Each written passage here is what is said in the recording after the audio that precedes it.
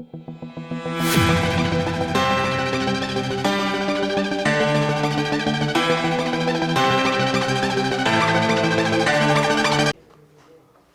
अभी बेटा हम आर्टिकल नंबर 1 देखेंगे, पॉइसन्स रेशो, जो कि सिग्मा से डिनोट किया जाता है। किससे डिनोट किया जाता है? सिग्मा से। तो ये पॉइसन्स रेशो क्या होता है? पॉइसन्स रेशो ये एक रेशो है बेटा। क्या है? रेशो है। किसका? लैटरल स्ट्रेन और लॉन्जिट्यूडनल स्ट्रेन का। ओके, रेशो के बारे में मैंने आपको बताया है ऑलरेडी। मैंने अगर आपको बोला कि भाई ये A/B जो है, इसको फिजिक्स की भाषा में, मतलब रेशो की भाषा में बताओ, तो आप क्या बोलोगे? Ratio of A/B। क्या बोलोगे बेटा? तो ये अपॉन को 2 बोला जाता है अगर हमने कौन सा शब्द लिखा? रेशो। तो मुझे बताओ कि पॉइसन्स रेशो, ये रेशो है बेटा 2 टर्म का, एक लैटरल स्ट्रेन और दूसरी लॉन्जिट्यूडनल स्ट्रेन। लैटरल स्ट्रेन और लॉन्जिट्यूडनल स्ट्रेन। लेकिन अभी प्रश्न ये आता है कि सर लैटरल स्ट्रेन क्या है और लॉन्जिट्यूडनल स्ट्रेन क्या है? तो ये बताने के लिए पहले मैं आपको फिगर ड्रॉ करके बताता हूं। तो हम एक वायर कंसीडर करेंगे और उसका एक एंड हम रिजिड सपोर्ट को यानी सीलिंग को सस्पेंड करेंगे यानी लटकाएंगे। फिर उसका जो दूसरा एंड होता है उसको फ्री एंड बोला जाता है। वहां पे हम डिफॉर्मिंग फोर्स लगाएंगे। क्या लगाएंगे बबूरे? Deforming force. तो वायर की लेंथ क्या होते जाएगी? इंक्रीज होते जाएगी। जब वायर की लेंथ इंक्रीज होती है तो उसका डायामीटर कम होते जाता है। तो फिगर बरोबर समझ लो। तो ये बेटा है रिजिड सपोर्ट। क्या है बेटा? ये रिजिड सपोर्ट। जैसे कि मैंने बताया सीलिंग, वहां एक वायर को हमने सस्पेंड किया यानी लटकाया। ये वायर बेटा, इसको हमने वहां लटकाया। इसकी ओरिजिनल लेंथ है यल। ओरिजिनल लेंथ बेटा यल। और इस वायर का जो डायामीटर है, original diameter D. Original diameter. अभी हमने इसका जो दूसरा एंड है यानी फ्री एंड, क्योंकि एक एंड तो यहाँ रिजिड सपोर्ट यानी सीलिंग को अटैच है, दूसरे एंड को क्या बोला जाता है? अभी मैंने बताया आपको, दूसरा एंड यानी फ्री एंड। तो यहाँ पे हमने ये डिफॉर्मिंग फोर्स लगाया F। डिफॉर्मिंग फोर्स यानी बेटा वेट होता है जो आपने इधर लगाया, और वेट यानी होता है यम इंटू जी। यम को बोला जाता है मास या लोड, और जी यानी होता है एक्सेलरेशन ड्यू टू ग्रेविटी। तो ये देखो, डिफॉर्मिंग फोर्स यानी ही जो वेट लगाया, और वेट यानी ही ये एम जी। यम यानी मास यानी लोड, जी यानी एक्सेलरेशन ड्यू टू ग्रेविटी। जब हम ये डिफॉर्मिंग फोर्स लगाते बेटा तो वायर की लेंथ जो है वो थोड़ी सी क्या होती है बेटा? इंक्रीज होती है। तो वायर की लेंथ ये देखो बेटा स्मॉल एल से इंक्रीज हुई। ओरिजिनल लेंथ तो ये है कैपिटल एल, और वायर की लेंथ स्मॉल एल से इंक्रीज हुई। जब वायर की लेंथ इंक्रीज होती है बेटा तो उसका जो डायामीटर है, ये ओरिजिनल डायामीटर डी देखो, ये डिक्रीज होता है। तो डिक्रीज इन डायामीटर ये स्मॉल डी। क्या रे बाबू? तो यहां बरोबर ध्यान दीजिए, यहां 4 टर्म्स के ऊपर कॉन्सेंट्रेट करो। Original length, increase in length. Original length यानी capital L, increase in length यानी small L. Original diameter capital D और decrease in diameter small D. हाँ, इसी का काम है अभी हमें इस पॉइसन्स रेशो में। तो फिगर मैंने अभी आपके सामने ड्रॉ की है और अभी आपको समझा के बताई है। अब आते हैं हम उसके डेफिनेशन पे, पॉइसन्स रेशो की डेफिनेशन। तो ये फार्मूला जो है, फार्मूले से ही डेफिनेशन आती है कि पॉइसन्स रेशो जो है ये रेशो है, किसका रेशो है बेटा? लैटरल स्ट्रेन और लॉन्जिट्यूडनल स्ट्रेन का। लैटरल स्ट्रेन और लॉन्जिट्यूडनल स्ट्रेन का। तो देखो फिर, within elastic limit, within elastic limit the ratio of, क्या रे बाबू रे? द रेशो ऑफ किसका ratio? Lateral strain to longitudinal strain is called as Poisson's ratio. मतलब किसका ratio? Lateral strain to longitudinal strain. तो सादी भाषा में क्या हुआ? The ratio of lateral strain to longitudinal strain is equal to यानी is called as Poisson's ratio. लेकिन अभी ये जो विद इन इलास्टिक लिमिट है, इसका मतलब क्या है? विद इन इलास्टिक लिमिट यानी बेटा ये जो वायर है, ये वायर के ऊपर आपने ये डिफॉर्मिंग फोर्स यानी वेट ऐड किया यानी लोड लगाया। वो लोड उसकी विद इन इलास्टिक लिमिट होना चाहिए। विद इन इलास्टिक लिमिट मतलब इस वायर की लोड को सहन करने की क्षमता मान लो 2 किलो है। कितना? 2 kg है। तो आपने यहां जो लोड लगाया वो विद इन 2 kg लगाया, तो उसको बोला जाएगा विद इन इलास्टिक लिमिट। लेकिन अगर आपने मतलब वायर का लोड सहन करने की क्षमता 2 किलो है और अगर आपने 5 किलो लगा लिया तो फिर वो तो इलास्टिक लिमिट क्रॉस हो गई।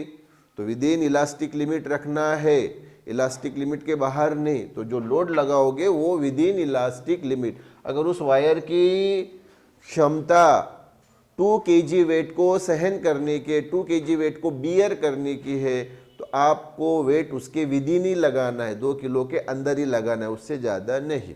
हाँ, तो विद इन इलास्टिक लिमिट का अभी मैंने आपको मतलब बताया। तो फिर डेफिनेशन अभी बहुत सिंपल हो गई। विद इन इलास्टिक लिमिट, हाँ, द रेशो ऑफ, ये देखो रेशो किसका है? Ratio lateral strain to longitudinal strain is called as, is equal to यानी इज कॉल्ड एज क्या? Poisson's ratio. तो एकदम सिंपल, ये देखो फॉर्मूले के ऊपर से ही डेफिनेशन बना सकते हैं आप।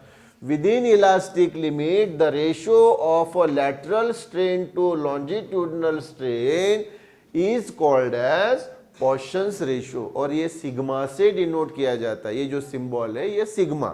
ओके, अब इसका एक्सप्लेनेशन देखो, इसको हम अभी एक्सप्लेन करेंगे। तो एक्सप्लेनेशन देखो, तो अभी मैंने आपको ये फिगर बताई। तो फिगर में कंसीडर ए वायर, एक वायर कंसीडर करो ऑफ ओरिजिनल लेंथ यल, इसकी ओरिजिनल लेंथ यल है, and original diameter capital D, हाँ ओरिजिनल डायामीटर कैपिटल डी है। Let F be the force applied to its free end, ये F इतना deforming force लगाया उस wire के फ्री एंड को, क्योंकि एक एंड तो रिजिड सपोर्ट यानी सीलिंग को सस्पेंड किया है, लटकाया है, दूसरे एंड को बोला जाता है फ्री एंड। वहाँ पे ये डिफॉर्मिंग फोर्स एफ लगाया, अप्लाई किया, तो इससे क्या होगा? तो वायर की लेंथ बढ़ेगी। तो सो इंक्रीज इन लेंथ यानी elongation in the wire be small L, तो वायर की लेंथ इंक्रीज होगी, उसको हम क्या बोलते हैं? इलॉन्गेशन, या तीसरा शब्द है एक्सटेंशन, है ना? हाँ, तो कितना? Small L. और जब वायर की लेंथ इंक्रीज होगी तो डायामीटर क्या होगा? डिक्रीज होगा। अरे वायर की जब लेंथ बढ़ती है तो ये डायामीटर क्या होता है? कम कम होते जाता है। वायर की लेंथ इंक्रीज हो रही है तो डायामीटर क्या होगा? कम होगा। तो and decrease in diameter be small D, small D क्या है फिर? Decrease in diameter. फिर ये डेफिनेशन में जो टर्म है लॉन्जिट्यूडनल स्ट्रेन और लैटरल स्ट्रेन, वो क्या होते हैं? तो उसकी डेफिनेशन अभी हम देखेंगे और उनके फॉर्मूले देखेंगे। तो लॉन्जिट्यूडनल स्ट्रेन, देखो लॉन्जिट्यूडनल स्ट्रेन वो स्ट्रेन होती है जो फोर्स के दिशा में होती है। फोर्स किधर लगाया? तो आप बोलेंगे सर ये इधर डाउनवर्ड डायरेक्शन में लगाया, तो उसी दिशा में होने वाली स्ट्रेन को बोला जाता है लॉन्जिट्यूडनल स्ट्रेन। क्या बोला जाता है? तो लॉन्जिट्यूडनल स्ट्रेन यानी द स्ट्रेन, वो strain produce in the direction of deforming force, मतलब डिफॉर्मिंग फोर्स जिस दिशा में है, ये देखो ऐसे डाउनवर्ड, तो वो लॉन्जिट्यूडनल स्ट्रेन भी उसी दिशा में रहती है, इज कॉल्ड लॉन्जिट्यूडनल स्ट्रेन। क्या हुई डेफिनेशन फिर बताओ? द स्ट्रेन, वो strain produced in the direction of deforming force is called longitudinal strain। और लॉन्जिट्यूडनल स्ट्रेन का फॉर्मूला क्या है? Longitudinal strain equal to increase in length upon original length. Increase in length कितनी है रे बाबा? स्मॉल एल, और ओरिजिनल लेंथ क्या है? Capital L. हाँ, तो लॉन्जिट्यूडनल स्ट्रेन आ गई small L by capital L. मान लीजिए इक्वेशन 2, ये पहला पोर्शन रेशो जो है वो इक्वेशन 1, ये जो इसका इक्वेशन मिला ये 1, ये लॉन्जिट्यूडनल स्ट्रेन इक्वेशन 2। अभी ये लेटरल स्ट्रेन क्या होती है बेटा? फोर्स जिस दिशा में लगा उसके परपेंडिकुलर डायरेक्शन में जो स्ट्रेन तैयार होती है उसको बोला जाता है लेटरल स्ट्रेन। कैसे? देखो, फोर्स किधर लगा सर? ये डाउनवर्ड दिशा में इधर लगा, तो इसको परपेंडिकुलर, ये देखो बेटा, इसको परपेंडिकुलर, ये है ना, इसको परपेंडिकुलर, ये तो ये डायमीटर ऐसा डिक्रीज हुआ, तो ये जो स्ट्रेन तैयार हुई जो फोर्स को परपेंडिकुलर है, फोर्स को परपेंडिकुलर उसको बोला जाता है, उस स्ट्रेन को बोला जाता है लेटरल स्ट्रेन। तो लेटरल स्ट्रेन, द स्ट्रेन, वो strain produced in the direction, जो तैयार होती है कौन सी डायरेक्शन में? परपेंडिकुलर टू डिफॉर्मिंग फोर्स, यानी परपेंडिकुलर फोर्स जो है उसको परपेंडिकुलर दिशा में इज कॉल्ड लेटरल स्ट्रेन। और लेटरल स्ट्रेन का फॉर्मूला है lateral strain equal to decrease in diameter upon original diameter. जो डायमीटर डिक्रीज हुआ, ये स्मॉल डी से डायमीटर डिक्रीज हुआ, तो ये decrease in diameter small D, और ओरिजिनल डायमीटर क्या? कैपिटल डी, और ये डिक्रीज हुआ इसलिए माइनस, तो लेटरल स्ट्रेन इक्वल टू क्या आ गया? Minus small D upon capital D. इसको हम इक्वेशन 3 बोलेंगे। अब ये इक्वेशन 2 और इक्वेशन 3 जो मिले हैं वो हम इक्वेशन 1 में रखेंगे, तो हमें ये पोर्शंस रेशो सिग्मा का फॉर्मूला मिलेगा। तो हमने इधर लिखा है, क्या लिखा है देखो, put 2 and 3 in 1 we get. 2 और 3 को 1 में रखो तो हमें मिलता है, क्या मिलता है देखो बर, ये Poisson's ratio sigma equal to lateral strain, ये रे बेटा रे minus D minus small D upon capital D, और लॉन्जिट्यूडनल स्ट्रेन जो है ये है small L upon capital L. तो सिग्मा वैसे ही इक्वल टू वैसे ही माइनस वैसे ही small D upon capital D भी वैसे ही, ये जो डिवीजन आपको दिख रहा है उसके जगह मल्टीप्लिकेशन, और ये जो टर्म है इसे रिवर्स हो गया क्योंकि डिवीजन की जगह मल्टीप्लिकेशन किया, तो ये टर्म रिवर्स हो गया, तो capital L upon small L, तो ये मिल गया बेटा हमें सिग्मा। तो क्या आ गया सिग्मा का formula? Minus D into capital L upon capital D into small L. और पोर्शंस रेशो जो है बेटा ये कैसी क्वांटिटी है? यूनिटलेस और डायमेंशनलेस, क्योंकि पोर्शंस रेशो में टर्म्स कौन से? लेटरल स्ट्रेन और लॉन्जिट्यूडनल स्ट्रेन। और मैंने पहले ही आपको बताया कि स्ट्रेन एक ऐसी क्वांटिटी है यूनिटलेस और डायमेंशनलेस।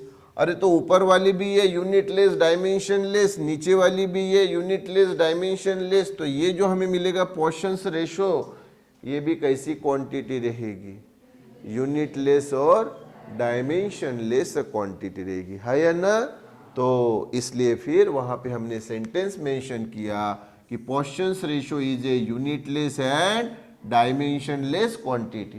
फिर भी अगर आप डायमेंशन लिखना ही चाहे तो वो आएगा L0 M0 T0, तो its dimensions are L0 M0 T0, L M T length mass time, और सभी 0 0 0 0 0 0 मतलब वो उसके डायमेंशंस नहीं होते, वो कैसी क्वांटिटी? डायमेंशनलेस। तो पोर्शंस रेशो ये एक यूनिटलेस और डायमेंशनलेस क्वांटिटी है। ओके